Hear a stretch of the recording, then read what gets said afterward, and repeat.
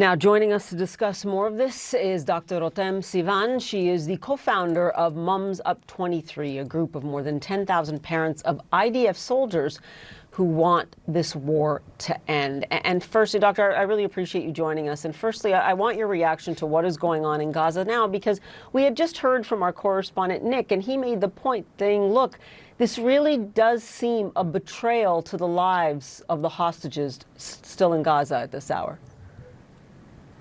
This is very, very exact. This is how we feel. We feel terrified by the thought that we're going back into fighting, knowing that it will endanger the lives of the hostages and will not save them. You know, our kids, the soldiers, are fighting in order to bring them back. This is what they're all dreaming of for a year, more than almost 2 years now, and knowing it might endanger them and will not end the war and will not bring quiet and peace to the region is terrifying. As citizens and as mothers.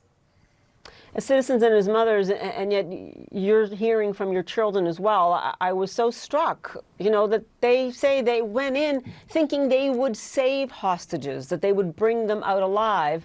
And now you say they understand that they, with this operation, are killing them instead.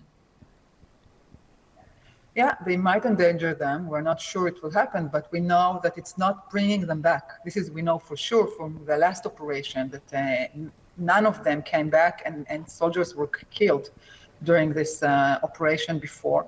I don't understand how they think something will change now. Even Zamir, the commander-in-chief of the IDF, said he doesn't think it will bring the goals of the government, and yet he's going in, he's fulfilling the government orders and going into war again, although he himself think it might not bring all of the hostages back. So we try to stand up and ask the government not to go back into war, and to think again about agreements. Without agreements and without striving to get agreements, we don't think this will end. You know, can you give us some insight just into the kitchen table conversations within your families? And I know some of you are not together, so that would mean the chat group, the FaceTime calls. You know, the Israeli government has always had this sacred responsibility to Israeli families. Mothers like you, fathers, give their children to the Israeli government, to the military, in the prime of their lives. Do you feel like the movements in the last few months have been a betrayal of that trust?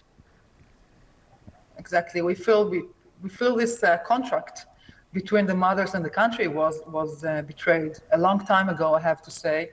Ever since Netanyahu refused to sign agreements, refused to stop the war and bring back the hostages, sending them again and again in.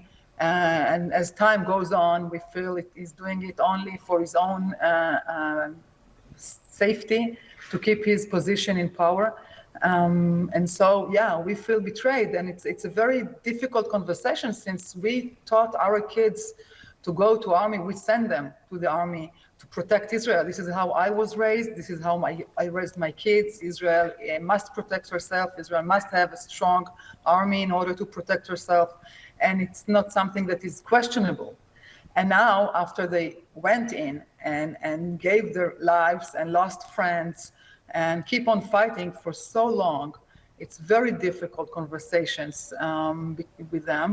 We understand we need a strong army. It's not a question.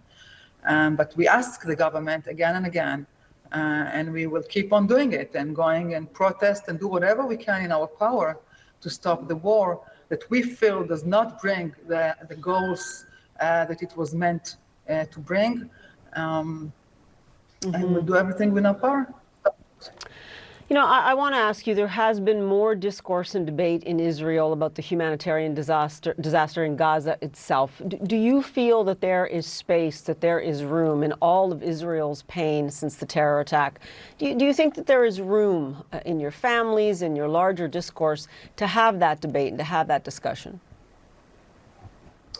Well, first of all, there's always room for the pain of both sides. But again, what we went through on October 7th, and since what we heard from the hostages when they came back, is very difficult to understand the other side when such a horrible things are happening when citizens were slaughtered, kids and women. And so, again, as you say, it's a huge conflict. On the other hand, the ongoing war is never good for anyone on either sides. And again, this is what happened when you don't try to achieve agreements and to finish it in the way wars always ends in achievements, always.